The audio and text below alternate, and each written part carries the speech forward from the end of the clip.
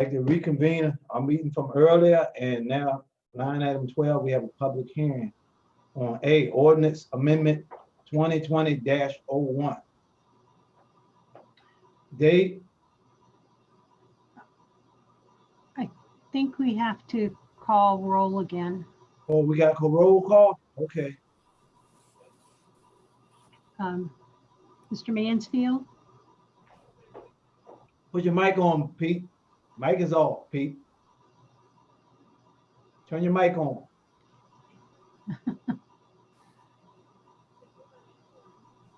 I can't hear you. Here. Okay. Mr. Williams, Yeah. Mr. Kimbrough, Here. and Mr. Kuntz is not present, they're showing up, and Mr. Jesse. Here. All right. Okay, at this time, I'll go over it again and have a public hearing, ordinance amendment 2020-01. Dave, Chris. Yes, sir, Mr. Chairman. Let me get this.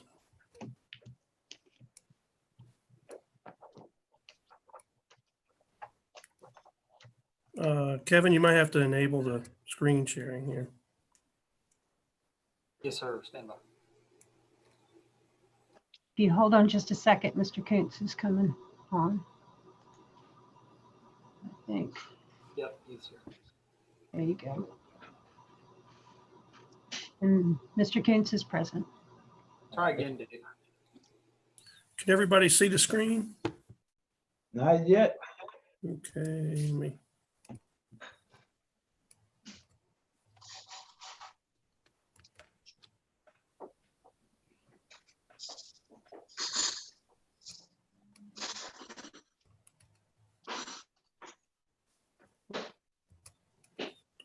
All right, should be able to see it now.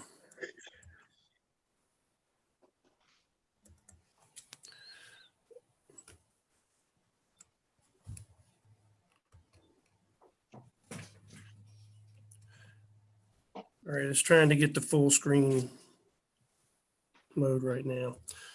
There we go. This is ordinance amendment 2020-01. It's initiated by the Middlesex County Moose Lodge, 2401 Little Order of the Moose. The application is for a purpose of amending section 7.3 of the Middlesex County zoning ordinance by adding lodge halls as a special exception use in low density rural district. This application and the next one were actually withdrawn by the applicant. We feel, or staff feels, this is a reasonable request to possibly add into the ordinance. When the Moose Lodge contacted us, we it was discovered that this particular lodge halls were not permitted in the low density rural district, and it seemed reasonable to add this in light of some of the other more intense uses that are already in there. So I recommend that since it's a fairly easy going, I guess is the best way to say it. It's not in a very intense use, provided it's got good special exception criteria. We feel it's, the staff feels it's okay to go ahead with it. Of course, this amendment was request is initiated by the Moose Lodge to add lodge halls as a special exception use in LDR. The ordinance committee met on the 19th to discuss their request. It was a consensus of the committee that the use should be listed within the special exception uses and not within the permitted uses. A lodge hall is an establishment operated by fraternal, benevolent, or religious association solely for the objects of national, patriotic, social, political, athletic, or like nature, but not for pecuniary gain, the advantage of which belong to all the members. And if approved, that's how the amendment would read in the zoning ordinance. So with that, staff recommends approval of that particular amendment. And the Planning Commission also voted unanimously to add this in with 2 absent to recommend approval of ordinance amendment 2020-01. So with that, Mr. Chairman, I'll turn it over to you for public hearing, allow you to proceed as you see fit. Okay, well, thank you on that, Dave. At this time, I would like to open the public hearing on this ordinance, but first I'll read. During this meeting, the chairman will invite the public to make public comment. Each speaker will be given one opportunity to speak during the regular meeting, public comment period, and once during the public comment period, all comments will be addressed to the board of supervisors and not to the audience. If you have a microphone on your computer, you can present comments through your computer. There is a raise hand feature on Zoom meeting screen that will allow you to raise your hand and make public comment. The moderator or chairman can see your hand raised and the microphone will be unmuted so that you can make comments. If you do not have a microphone and wish to make comments, you would have to call into the meeting using the information above. If you call in by phone to comment, you can press *9, which in the same as the raise hand feature on Zoom screen to let the moderator or the chair know that you wish to speak. When the chairman calls on you, press *6 to unmute your phone and you can make your comments. You must identify yourself and time limit are still in place, 3 minutes per person. At this time, we're open public comment on this issue. And Kevin, do we have anybody that wish to speak? Not at this time, Mr. Chairman. All right, I will close the public comment hearing at this time and turn it back over to the board for any comments. Mr. Chair, I have a motion if there are no comments. Well, I got a All right. comment. I got a comment. Okay, Dave, is home located on this property? Not on this particular property, Mr. Williams, and actually the special exception has been withdrawn, so the board will not be taking action on that. We're going forward with the ordinance amendment because it seems reasonable to put into our ordinance. These type of lodge halls could include anything from, I guess, like the American Legion to VFW, any of these little, the benevolent organizations. Masonic Lodge comes to mind. And currently there's nothing in the ordinance that would allow these type of organizations. You say they found 20, 30 acres to put a small lodge on, the ordinance doesn't support that. So staff just feels it's prudent. There has no issue with going forward with the ordinance amendment because it's a very reasonable request to add into the ordinance. Like I said, the special exception has been withdrawn. They evidently have problems with the property, or for some reason they've withdrawn out of the agreement or the deal to go forward with that piece of property. So that's not it's not site specific in this case. So then is it any reason that we should do anything if they don't withdrew? That's a valid question. I mean, the board could certainly discuss it, but if let's say, for instance, the same organization found another piece of property in LDR, we would make them go back through and repay the price to add it in as an amendment, as a special exception use.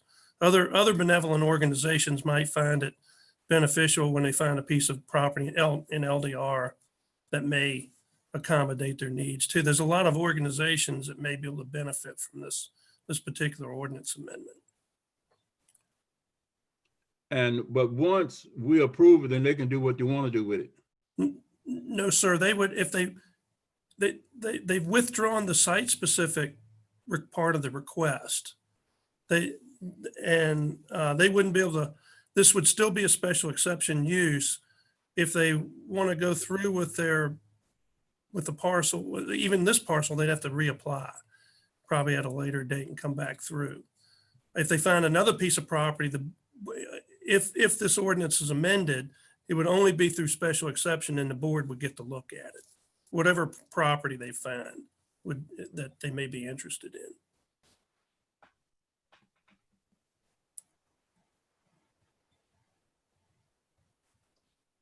right. Any other board member have any more questions on this? If not, John? You can Yeah, do I'd the move vote. that we approve ordinance amendment 2020-01 per the planning commission's unanimous recommendation. All right, we have a motion by John Kunz. Do we have a second?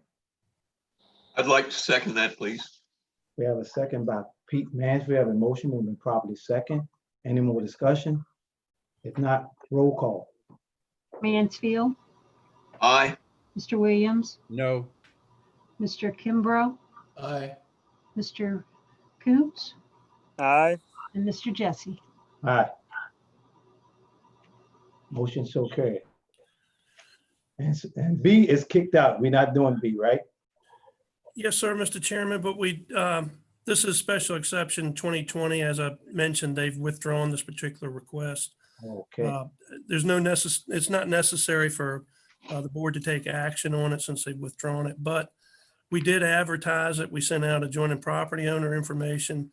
The request of withdrawal came in late after all these advertisements and whatnot. So there may be members of the public that may wish to speak on the application. Even though it's withdrawn, they could still have the right to speak on it. So. okay. All right, but thank you. Next, again, is a public comment period. I'll go over this again during the meeting. Chairman will invite public to make public comments. Each speaker will be given the opportunity to speak during the regular meeting, public comment period. And once during the public comment period, all comments will be addressed to the board of supervisors and not to the audience. If you have a microphone on your computer, you can present comments through your computer. There is a raise hand feature on the Zoom meeting screen that will allow you to raise your hand and make the public comment. The moderator or the chairman can see your hand raised and the microphone will be unmuted so that you can make comments. If you do not have the microphone and wish to make comments, you will have to call into the meeting and using information above. If you call in by phone, the comments, you can use the *9, which is the same as the raise hand feature on the Zoom screen, to let the moderator or chairman know that you wish to speak. When chairman calls on you, press *6 to unmute your phone so that you can make comments. You must identify yourself, and time limits are still placed for 3 minutes per person. At this time, we're opening the public comment here. And Kevin, do we have anybody that wish to speak? We do. We have Mr. Hammond, Okay, and he will need to unmute, which is *6 if you're on the telephone. All right. Am I on? Yes, sir. All right. Good evening, Mr. Chair and all other board members. I basically I'm calling in today because I listened in earlier to the board meeting earlier, and we had a discussion the last time about the rehabbing of the concrete slab in Cook's Corner, but I didn't hear that mentioned today. Also, we had talked about at the last board meeting about maybe having a rec center that can rival something that New Kent is building or what Newport News already has. Upon listening to you guys talk, I heard Mr. Walker actually say that he was asking for extension on the CARE Act, so they could properly place money use money in places, so they could put money where they could in proper places. And I was wondering, is that a avenue that we could travel in order to get these rec centers or these courts in Middlesex? Also, the solar farms and whatnot that we have in Middlesex, I was wondering what's the actual revenue that Middlesex is generating from that, if any, and what is that money actually going to or allotted to pay for in the county? And is that something that could be used towards the same situation? As far as the rec center or the rehabbing of the concrete, I actually had looked at a couple of other places within Middlesex for the Upper County. The old Oliver Lewis building properties are sitting over there. I don't know exactly what's going on with the boys Scout Club that used to be Double Fun Campground when I was a kid. That property, as well as the property that's adjacent to the high school. Another issue that Mr. Kimbrough kind of touched on earlier in the board meeting was internet service. As you guys know, at this time, more than any other time, internet is important to everybody's families and household. You got kids that are working basically from home to do their schoolwork. You got parents that are working from home to do work. We actually had a provider that we was with for over 2 years with an unlimited amount of data.